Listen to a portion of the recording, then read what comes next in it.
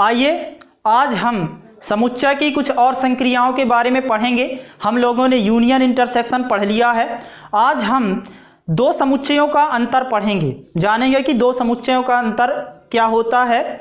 यह आज का जो वीडियो लेक्चर है ना केवल कक्षा 11वीं के लिए उपयोगी है। यदि आप एनडीए की तैयारी कर रहे हैं, जेईई का एंट्रेंस देने वाले हैं, तो आप इसका कॉन्सेप्ट जरूर क्लियर रखें, क्योंकि यहाँ से क्वेश्चन जरूर बनते हैं। आइए शुरू करते हैं।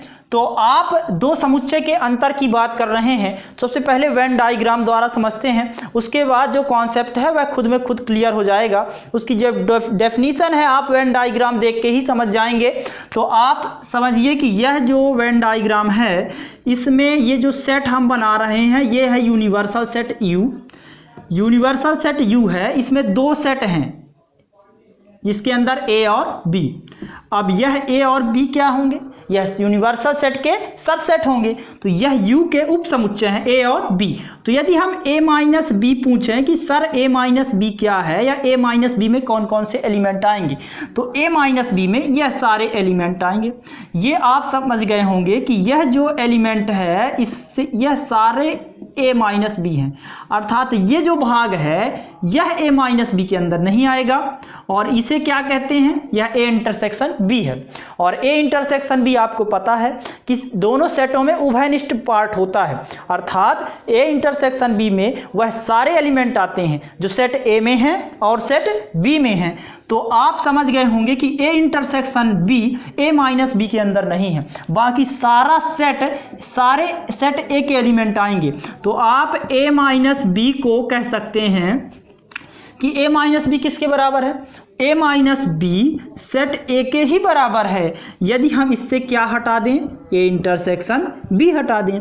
ठीक इसी प्रकार यदि बी माइनस ए की बात करें तो किसके बराबर होगा? वह होगा सेट बी के बराबर। उससे यदि हम क्या घटा दें? ए इंटरसेक्शन बी घटा दें। अब और देखिए, यदि आप परिभाषा की बात करने जाएंगे तो ए माइनस बी की परिभाषा क्या लिखेंगे? X such that x belongs to A. ऐसे सारे एलिमेंट जो सेट ए में हैं वह ए माइनस बी में आएंगे, किंतु क्या नहीं होना चाहिए? बी में नहीं होने चाहिए। वह एलिमेंट किस में नहीं होने चाहिए? बी में, क्योंकि ए इंटरसेक्शन बी जो पार्ट है वह दोनों का कॉमन पार्ट है। वह एलिमेंट बी में भी हो जाएंगे। यहाँ जो अवयव आएगा वह सेट बी का भी कहलाएगा। तो वह किस में नहीं होना चाहिए? सेट ए में तो हो किंतु बी में ना हो। उसे हम क्या कहेंगे? ए माइनस बी। समझ में आया होगा आपको? और अच्छे से समझ लीजिए। और एक दो रिजल्ट की बात करते हैं। यह एक और कुछ रिजल्ट निकल के आएंगे यदि आप पढ़ लें पूरक समुच्चय क्या होता है। पूरक अर्थात कॉम्प्लीमेंट। तो कॉम्प्लीमेंट या तो आप यदि मान लीजिए समुच्चय ए का पूरक ज्ञात कर रहे हैं, एक यूनिवर्सल सेट यू ले लीजिए, यूनिवर्सल सेट यू। अब यू में एक का सबसेट ए है, सेट ए है, तो ए डैश क्या कहलाएगा? ए डैश से हम ए डैश या ए का कॉम्प्लीमेंट, ये समुच्चय ए का पूरक का प्रतीक है। ये समुच्चय ए है। समुच्चय ए का जो पूरक होगा वह क्या होगा? ये समुच्चय ए है, यह जो समुच्चय है ए डैश, ये जो पूरा पार्ट है यह आपका समुच्चय ए का पूरक समुच्चय कहलाएगा। अर्थात वह सारे अवयव ए के पूरक में आएंगे जो में ए में नहीं है और किस में है? यू के अंदर हैं। यह जो सेट है यह यू है, यूनिवर्सल सेट यू, जिसके सापेक्ष समुच्चय ए का पूरक क्या कहलाएगा? जो समुच्चय ए के अंदर नहीं है, समुच्चय ए के बाहर है, वह सारे अवयव किस में है? ए के पूरक में है।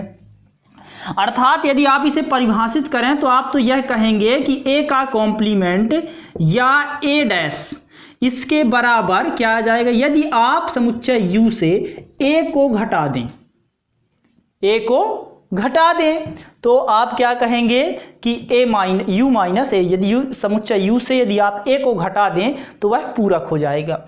यदि आप इसकी परिभाषा की बात करें कि ए का पूरक या ए का कॉम्प्लीमेंट या ए डैश बराबर क्या होगा? एक्स सच दैट ए के पूरक की बात करें तो x u में बिलोंग करे, किंतु x किस में बिलोंग नहीं करना चाहिए, ए में बिलोंग नहीं करना चाहिए। वह एलिमेंट जो u के अंदर है किंतु ए के अंदर नहीं है वह ए का पूरक कहलाएगा। अब यदि हम रिजल्ट की बात करते हैं तो आप देख सकते हैं कि यह जो ए है समुच्चय ए, यदि तो यह समुच्चय ए हो गया, यह समुच्चय बी हो गया। अब बी डैश क्या कहलाएगा, बी डैश कहलाएगा इस समुच्चय के बाहर जितने भी अवयव होंगे जो ए के अंदर भी हैं और इस यू के अंदर हैं वह सारे अवयव बी डैश होंगे। क्या होंगे, बी डैश। तो आप एक और रिजल्ट निकल के आता है कि a minus b equal to, यदि a के साथ इंटरसेक्शन बी डैश का करा दिया जाए तो यह a माइनस बी का रिजल्ट निकल के आता है। तो a minus b equal to क्या होता है, a इंटरसेक्शन बी डैश। पूरक की परिभाषा क्या होती है, यदि आप पूरक को ए के कॉम्प्लीमेंट को यदि हम लिखें तो u माइनस ए भी लिखा जा सकता है। इस तरीके से डेफिनीशन भी लिखी जा सकती है। यदि बात करें a माइनस बी की तो a माइनस बी को a minus a intersection b लिखा जा सकता है। b माइनस ए जो होता है वह b minus a intersection b भी लिखा जा सकता है। अब और समझिए दूसरा रिजल्ट क्या निकल के आएगा, यह जो पार्ट है आपका इसे हम क्या कहते हैं, b माइनस ए। अब a माइनस बी और b माइनस ए में क्या कोई संबंध है, अर्थात जो एलिमेंट a माइनस बी में है वह एलिमेंट b, जो एलिमेंट b माइनस ए में है वह a माइनस बी में नहीं है, और जो a माइनस बी में है वह b माइनस ए में नहीं है। तो आप कह सकते हैं कि जो a माइनस बी और b माइनस ए हैं यह दोनों सेट क्या होते हैं, डिसजॉइंट होते हैं। डिसजॉइंट ऐसे असंयुक्त, इनका अर्थ होता है कि दो समुच्चयों का यदि आप इंटरसेक्शन लें तो उनका इंटरसेक्शन फाई के बराबर आता है। तो यह दोनों समुच्चय a माइनस बी और b माइनस ए असंयुक्त होते हैं।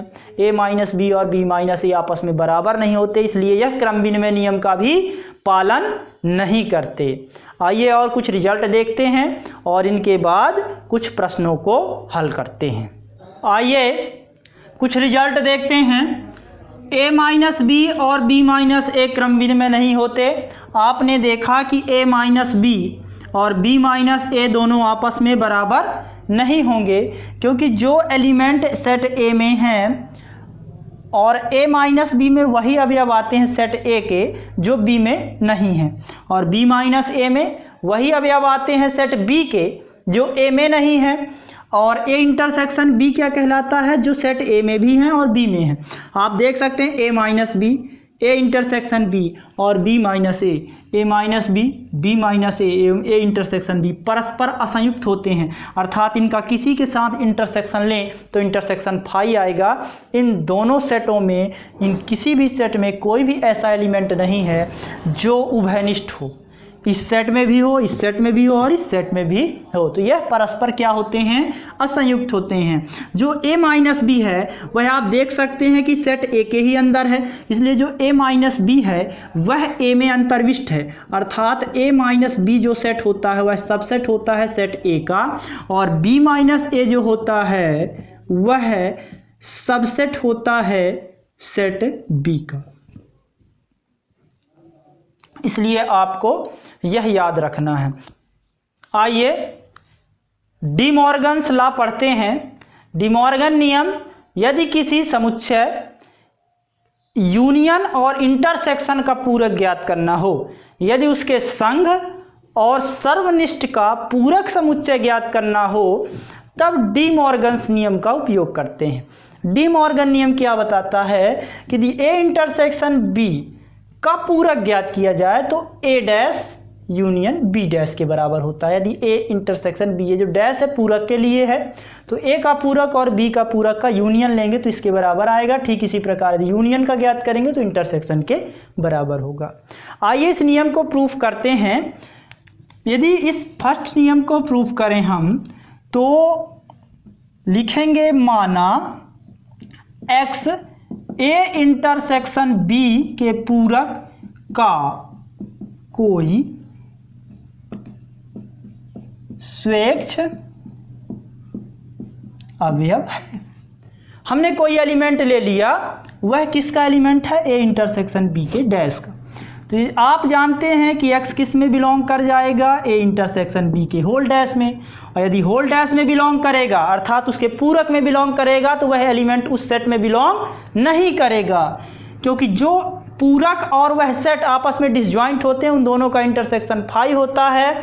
यदि कोई एलिमेंट किसी समुच्चय में है तो उसके पूरक में नहीं होगा। ये अभी हमने पढ़ा है।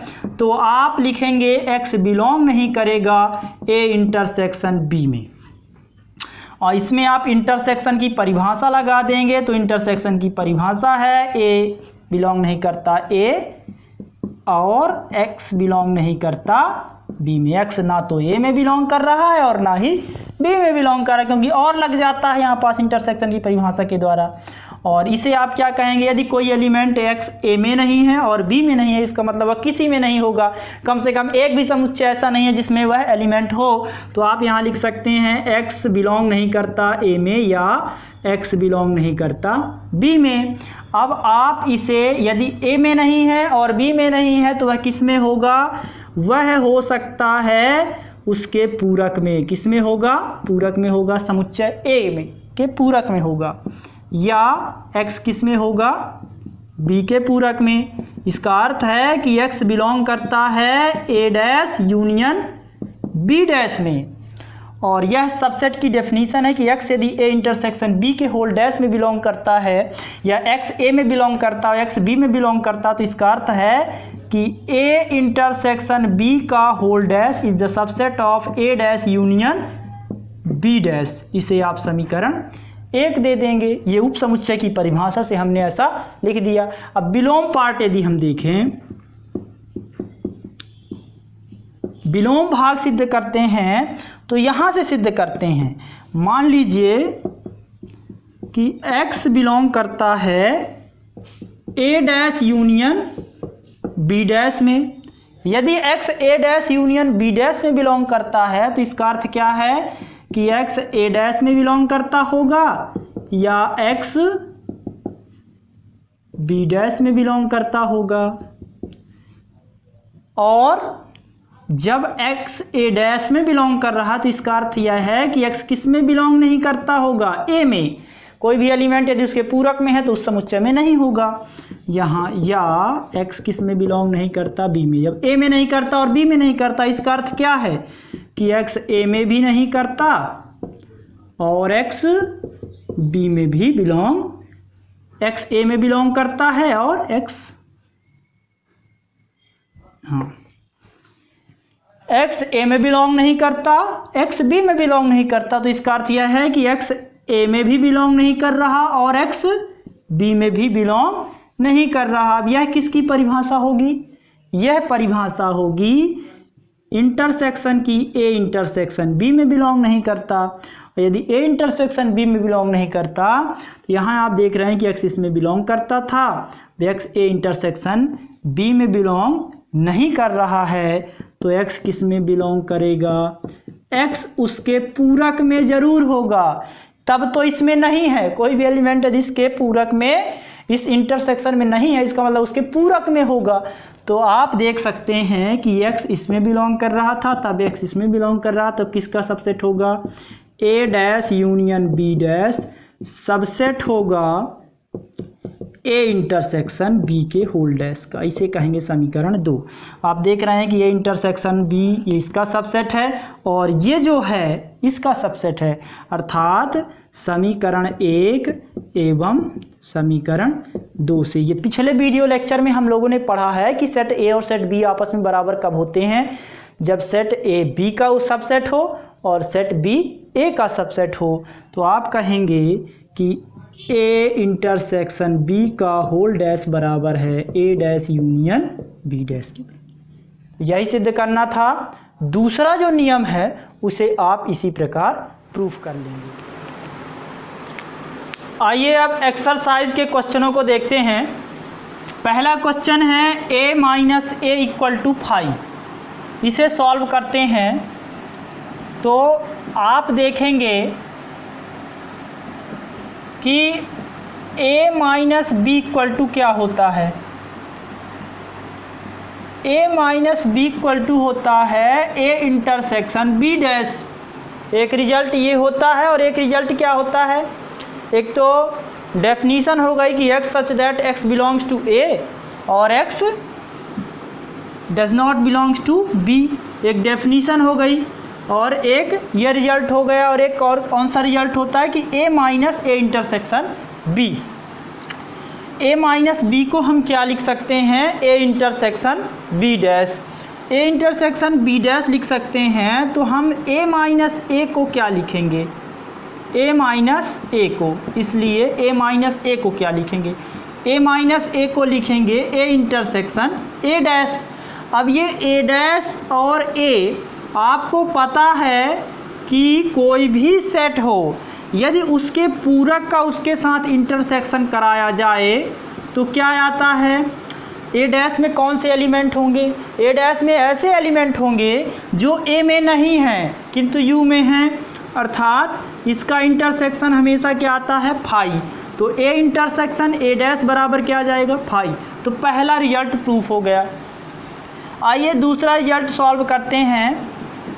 दूसरा है ए माइनस फाई। इसको डेफिनीशन से भी आप प्रूव कर सकते हैं कि एक्स ए में बिलोंग करता है और फाई में बिलोंग नहीं करता है, तो इसका अर्थ है कि ए आ जाएगा। और देखिए दूसरा इसी से करते हैं, ए माइनस बी की डेफिनीशन लिखी गई ए इंटरसेक्शन बी डैश। तो हम यहाँ क्या लिख देंगे, ए इंटरसेक्शन बी के स्थान पर क्या लिखा है, फाई, तो फाई डैश लिख देंगे। अब फाई का पूरक क्या होता है, फाई में कोई भी एलिमेंट नहीं है और जब कोई भी एलिमेंट नहीं तो उसके पूरक में सारे एलिमेंट होंगे। अब ऐसा कौन सा सेट होता है जिसमें सभी एलिमेंट होते हैं, ऐसा सेट होता है U, अर्थात यूनिवर्सल सेट, और यूनिवर्सल सेट में सारे एलिमेंट होते हैं। तो फाई डैश या U इक्वल टू क्या होता है, फाई डैश। तो फाई डैश के स्थान पर हम क्या लिख सकते हैं, U। अब A का U के साथ यदि आप इंटरसेक्शन कराएंगे तो A तो मिलेगा ही, क्योंकि U में तो A के सारे अवयव हैं। तो यह प्रूफ हो गया B।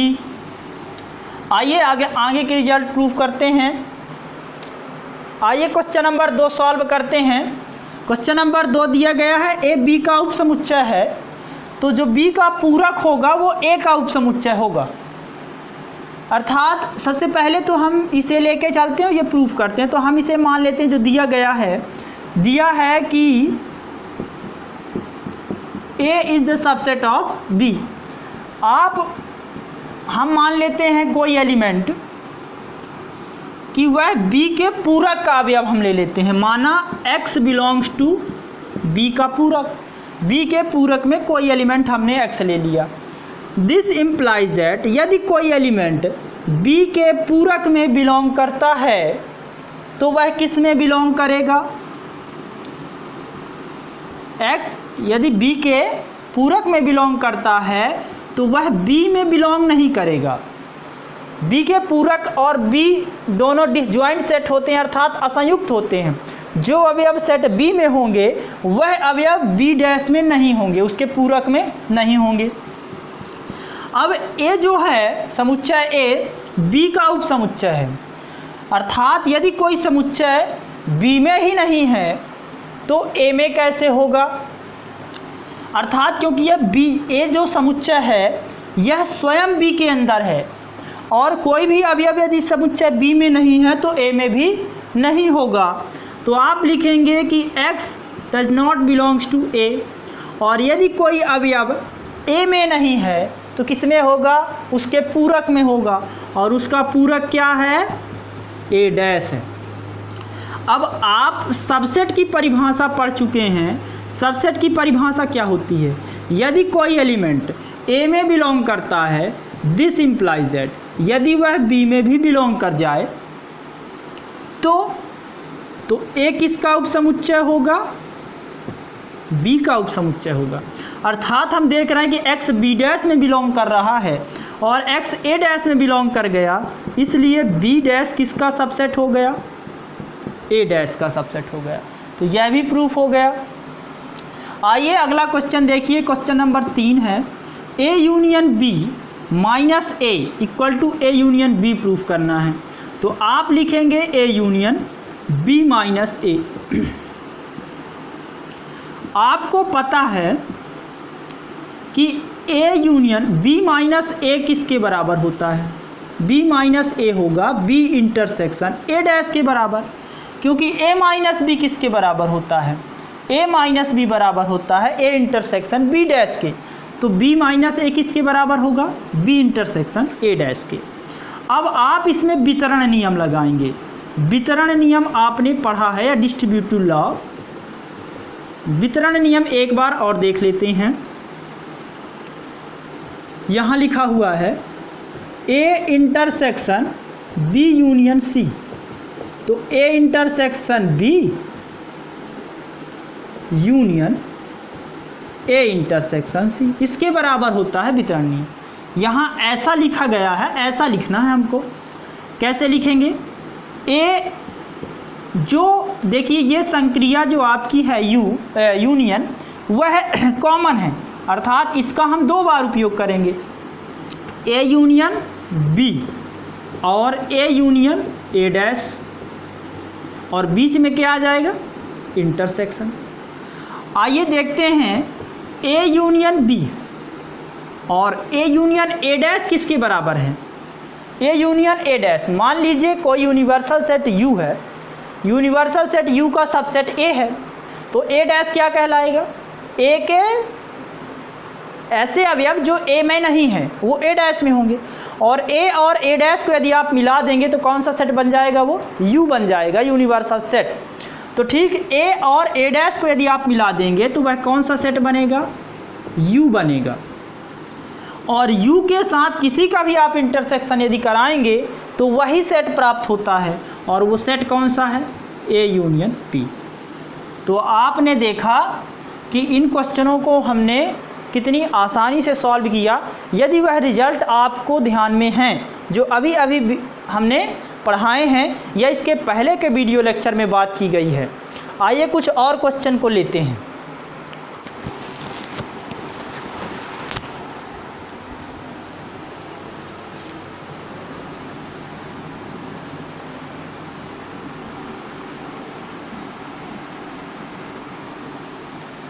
आइए और कुछ क्वेश्चन हैं।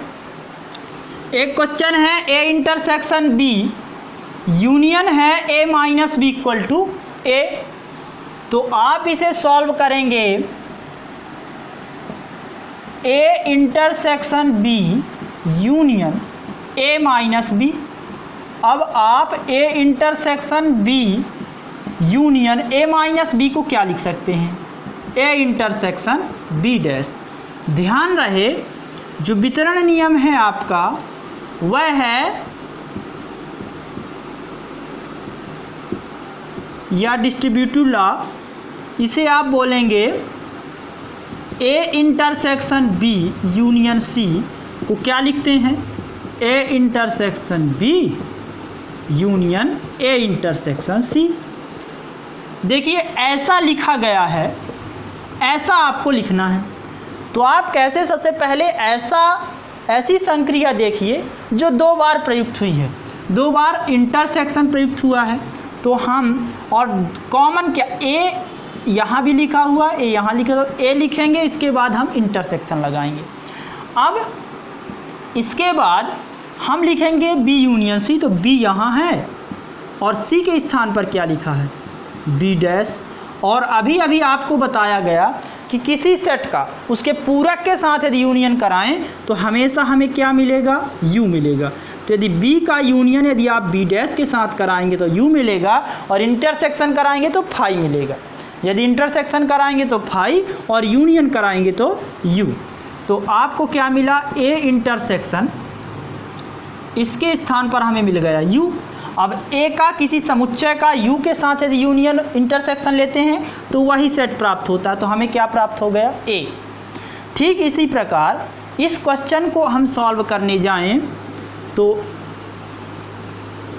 इस क्वेश्चन को यदि हम सॉल्व करते हैं तो आप देखेंगे कि A minus B intersection B equal to A minus B में यदि आप A माइनस B को क्या लिख सकते हैं? A इंटरसेक्शन B डैश और इंटरसेक्शन B। अब देखिए इसमें डिस्ट्रीब्यूटिव लॉ नहीं लगेगा क्योंकि दोनों में इंटरसेक्शन है। डिस्ट्रीब्यूटिव लॉ या वितरण नियम तभी लगता है जब एक जगह यूनियन हो और एक जगह इंटरसेक्शन हो, दोनों संक्रिया हो। तो अब इसमें क्या लगेगा, इसमें लगेगा क्रम विनिमय नियम, ये साहचर्य नियम लगेगा, क्रम विनिमय साहचर्य नियम लगेगा। यहाँ लिख देते हैं साहचर्य नियम। अब साहचर्य नियम क्या कहता, साहचर्य नियम कहता कि ए इंटरसेक्शन, इसको ब्रैकेट के अंदर लिख दीजिए बी डैश इंटरसेक्शन बी। अब बी का देखिए, बी और का बी डैश के साथ यदि आप यूनियन लेंगे तो यू मिलेगा, किंतु यदि आप इंटरसेक्शन लें तो आपको क्या मिलेगा, फाई। तो फाई यहाँ लिख देंगे। अब फाई का ए के साथ आप इंटरसेक्शन कराएंगे तो फाई में तो कोई एलिमेंट नहीं है, और जब कोई एलिमेंट नहीं तो ए के साथ भी, ए में जो भी एलिमेंट होंगे यदि आप उसके साथ इंटरसेक्शन कराएंगे तो आपको फाई मिलेगा, क्योंकि कोई भी एलिमेंट कॉमन नहीं होगा।